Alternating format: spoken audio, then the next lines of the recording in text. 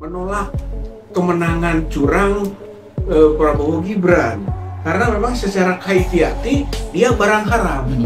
Karena sudah banyak manusia kehilangan kemanusiaannya. Dalam hal berpolitik, kalau saya meniatkan diri, saya itu ingin mengembalikan Bapak Ibu sekalian, bukan kedaulatan rakyat ansih, tapi saya ingin berpolitik itu untuk mengembalikan kedaulatan kepada yang maha berdaulat. Tapi karena negara itu adalah sebagai fasilitator, adalah sebagai wadah, sebagai lembaga, sebagai perwakilan daripada rakyat untuk mewujudkan keinginan-keinginan dan juga kehendak-kehendak dan juga cita-cita rakyat, kesejahteraan rakyat bersama.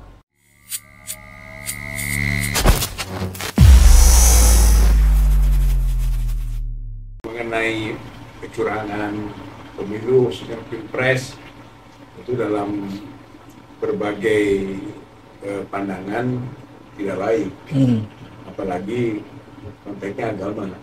Berkaitan dengan agama atau agama Islam, ini adalah kemungkaran.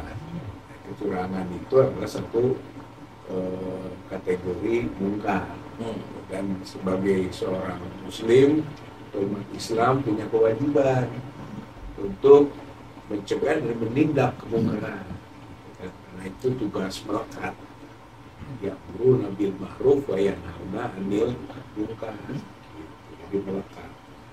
Kebetulan juga sekarang hampir memasuki bulan suci Ramadan. Syahrul dakwah, bulan amar ma'ruf nahi munkar, sehingga relevan lah gitu kan untuk terus berada di rel perjuangan itu dalam kaitan dengan kategori curang. Dan curang itu adalah haram. Siapapun yang diproduk oleh satu proses yang curang, maka dia adalah sesuatu barang haram. Jadi kalau misalnya yang sekarang diindikasikan curang itu adalah pasangan Prabowo Gibran, maka pasangan Prabowo Gibran ini pasangan haram. Ya, dalam konteks agama itu kan dasar dalilnya haram itu kan ada tiga aspek: zati, sifati, kaifiati. Zati itu zat, karena zat jatuh haram seperti babi. Kemudian sifat, barangnya halal tapi sifatnya membuat mudarat, jadilah haram, misalnya alkohol yang memabukkan. Dan yang ketiga, kaifiati. Kaifiati itu adalah sebab. Barangnya barang halal, tapi sebab mendapatkannya tidak halal, jatuh haram. Gitu. Nah, proses politik curang ini, gitu kan, yang menghasilkan produk, gitu ya. Maka itu kaifiati.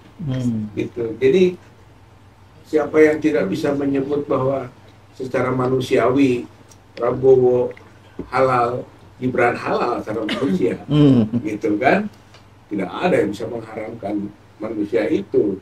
Dari sifati juga sama, enggak. Tapi begitu kaifiati, misalnya Gibran majunya dengan rekayasa, itu kan kaifiah, gitu. Begitu juga Prabowo yang nanti menangnya juga dengan kecurangan terstruktur, gitu kan, sistematif, masif, berarti itu kaifiah, gitu. Jadi kenapa umat Islam harus menolak, gitu kan, ujungnya ini menolak kemenangan curang Prabowo Gibran karena memang secara kaifiati dia barang haram. Untuk sebutan saya sudah ada, haram, anak haram konstitusi, anak haram demokrasi.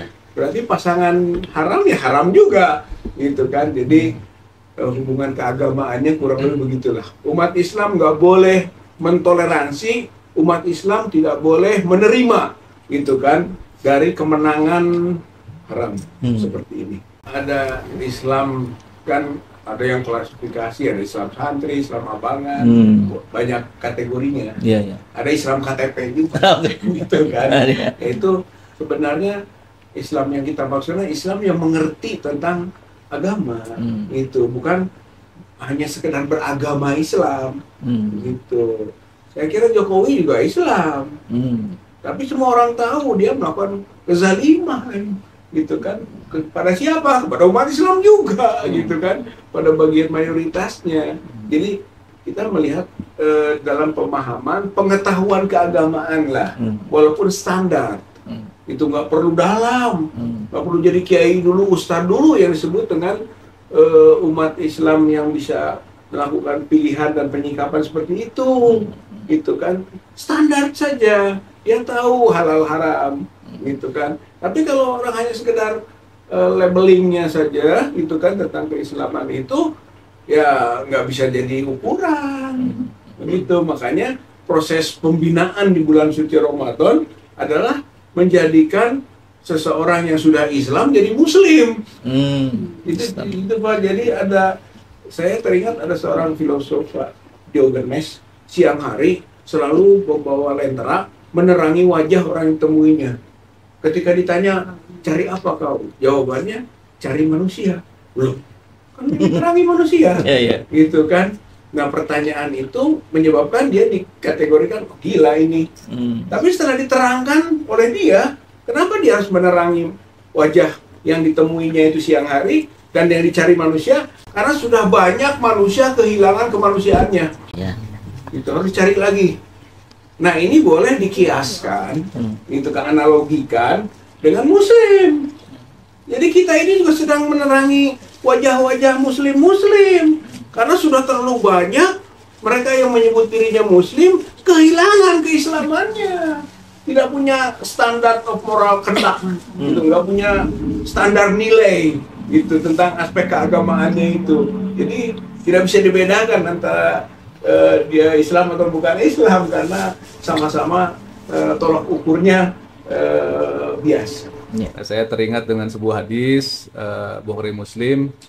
Satu sisi hadis ini mengingatkan orang yang jujur, satu sisi orang yang dusta. Kata Rasulullah SAW, iyakum wasidqa bisidqi, fa inna sidqa yahdi ilal bir wal birra yahdi ilal jannah.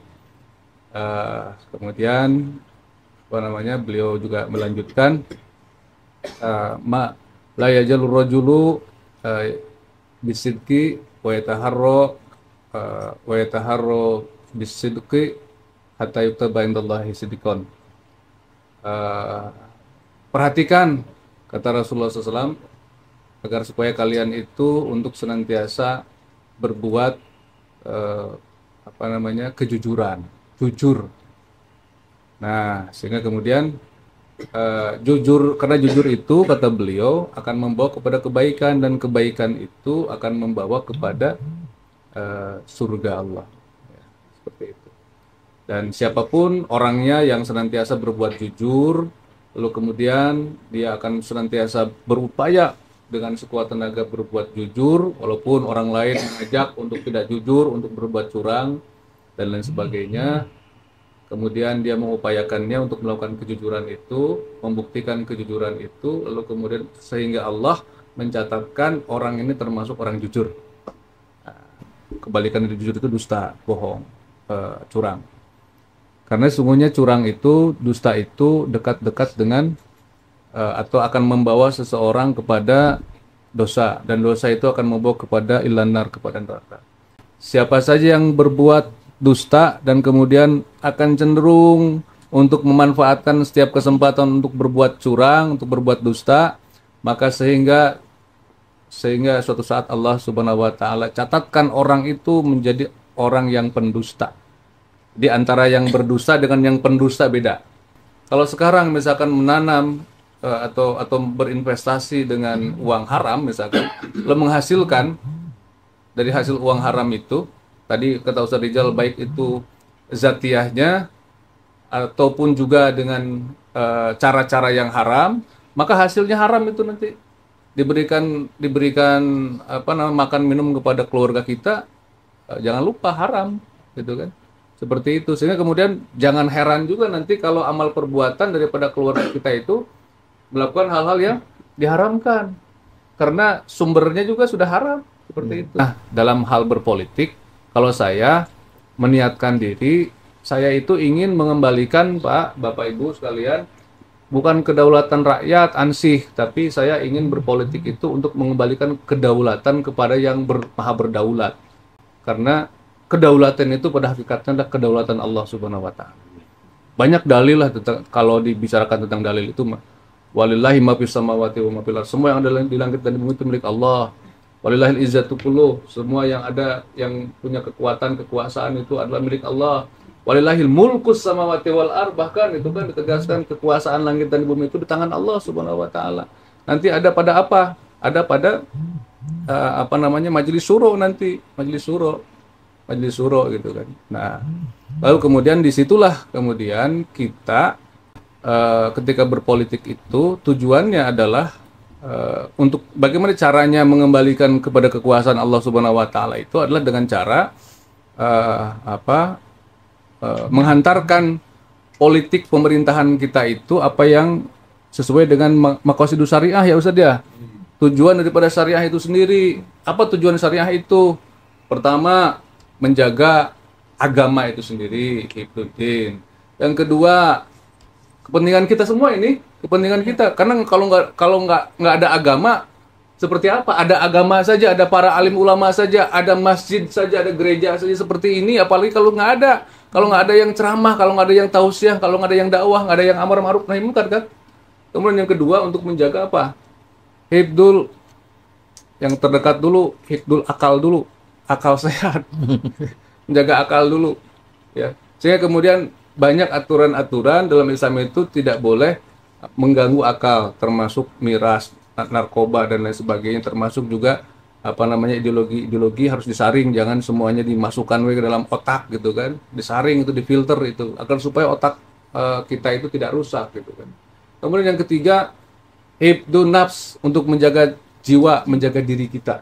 Ada aturan misalkan tidak boleh menyakiti orang, ada aturan tidak boleh menistakan orang, tidak boleh mengkriminalisasi orang, tidak boleh memukul orang, tidak boleh menyakiti orang dan segala macam. Bahkan dalam Islam itu menyelamatkan jiwa seorang itu pahalanya Pak sebanyak pahala manusia yang ada di dunia.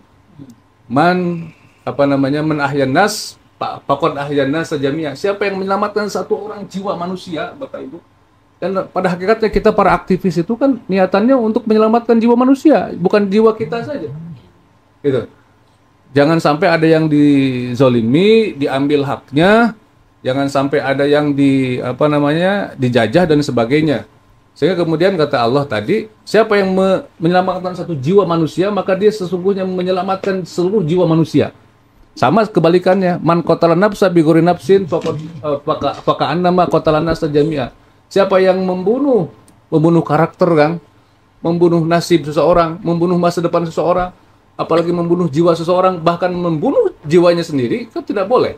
Wala taqtulun nafsa, itu kan jangan bunuh diri kata Allah, apalagi membunuh orang lain. Itu kan. Itu sama saja dengan faka'annama qatalan nasa jami'a, sebagaimana seolah-olah dia membunuh seluruh manusia. Sama. Jadi Islam itu luar biasa. Sangat pedulinya kepada manusia, kepada kemerdekaan, kepada kebebasan sebetulnya gitu. Kemudian yang ketiga tadi akal jiwa sudah, keempat mal, harta. Ada aturan menjaga harta gimana? Nggak boleh sembarangan. Kang Asep mengambil harta orang lain dengan cara memalak, misalnya memaksa dan segala macam. Wah itu bisi we gitunya, bisi ya mah. Itu kegiatan. Kegiatan yang namanya masa lalu. Itu ada aturan tentang bagaimana mengelola harta, termasuk di dalamnya. Kalau kita bicara nanti lebih jauh lagi, Kang Saiful, pengelolaan terhadap ekonomi ini, terhadap harta itu di Islam itu lengkap, Kang. Misalnya dijelaskan al-muslimuna yusyarikuna fi salasah. Islam atau kaum muslimin itu berserikat dalam tiga hal yang vital. Dan itu sesuai dengan konstitusi kita sesungguhnya. Jadi sesuatu yang vital atau vital kan? Nggak apa-apa lah, kita mah vital aja. Nah, jadi itu semua harusnya dikuasai dan dikelola oleh negara, oleh umat Islam. Ya teknisnya oleh badan usaha milik negara atau badan usaha milik negara daerah gitu kan. Seperti itu. Tapi karena negara itu adalah sebagai fasilitator, adalah sebagai wadah, sebagai lembaga, sebagai perwakilan daripada rakyat untuk mewujudkan keinginan-keinginan dan juga apa namanya kehendak-kehendak dan juga cita-cita rakyat, kesejahteraan rakyat bersama, untuk mewujudkan keadilan bersama seperti itu, bukan untuk jual beli dengan rakyat. Jadi saya pikir gini, kalau misalkan dalam hal nanti minyak atau batu bara atau listrik misalnya gitu kan, negara itu sesungguhnya kalaupun menjual juga itu harus ada aturan yang jelas dulu gitu kan, berapa harga produksinya itu, cost of production-nya itu, sehingga kemudian kalaupun juga rakyat diminta membeli itu hanya untuk ini saja, apa namanya itu mengganti uang produksi saja seperti itu, bukan untuk mencari keuntungan dari rakyat seharusnya gitu. Nah kemudian yang tebih teuing teh nya karena tema ya nu kalima masalah keturunan itu kan. Kalau untuk menjaga keturunan hifdzun nasl, untuk menjaga keturunan makanya ada aturan-aturan terhadap itu untuk menjaga keturunan itu dengan nikah, misalkan tidak boleh ada LGBT dan lain sebagainya, free sex dan lain-lain. Baik, jadi intinya kembalikan kedaulatan itu, kalau buat saya kedaulatan itu kepada yang memiliki kedaulatan yang hakikat itu kan. Rakyat itu hanya diberikan kewenangan untuk memanfaatkan saja sesuai dengan hak yang diberikan prerogatif dari Allah Subhanahu wa taala sebagai pemanfaat, sebagai pemimpin, pengelola, pemelihara bumi ini. Adillah pada kami tak bodoh, meski memang kami tak pandai, tapi kami berjanji akan tetap mengkritik sesuai